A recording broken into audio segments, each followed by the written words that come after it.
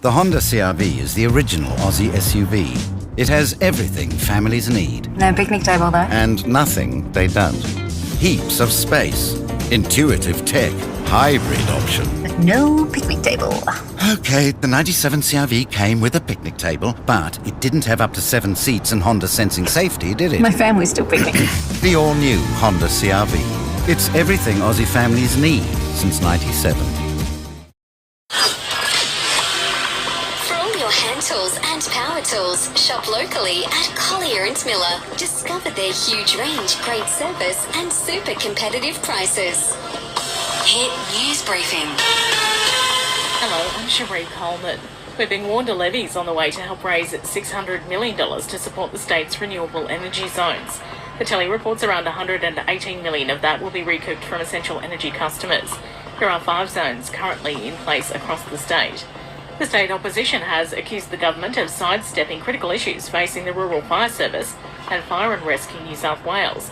Despite talking up facility upgrades and recruitment campaigns this week, Shadow Emergency Services Minister Tanya Thompson says the government's cut past RFS funding and is failing to provide crucial 24-hour fire coverage in regional centres. And there's a proposal to crack down on rogue taxi drivers who think it's okay to manipulate meters and overcharge passengers.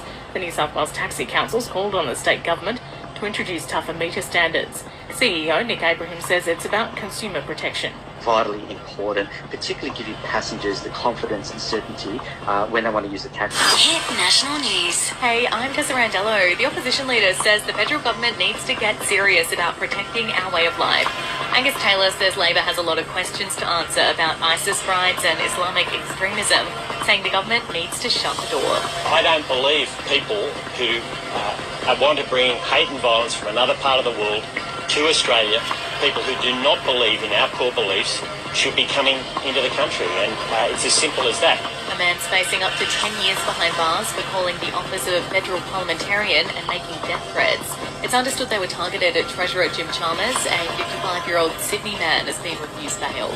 There could be a case for another rate hike this year. The latest unemployment figures stayed at 4.1% for Jan, better than what experts have predicted. Briefly, the MotoGP is moving to Adelaide after 30 years being run in Victoria, and a dog has crashed the women's cross-country skiing qualifications at the Winter Olympics. No one chooses diabetes, but it takes just 1 minute to check your risk. Visit the Diabetes Australia website and complete the Type 2 Diabetes Risk Calculator today.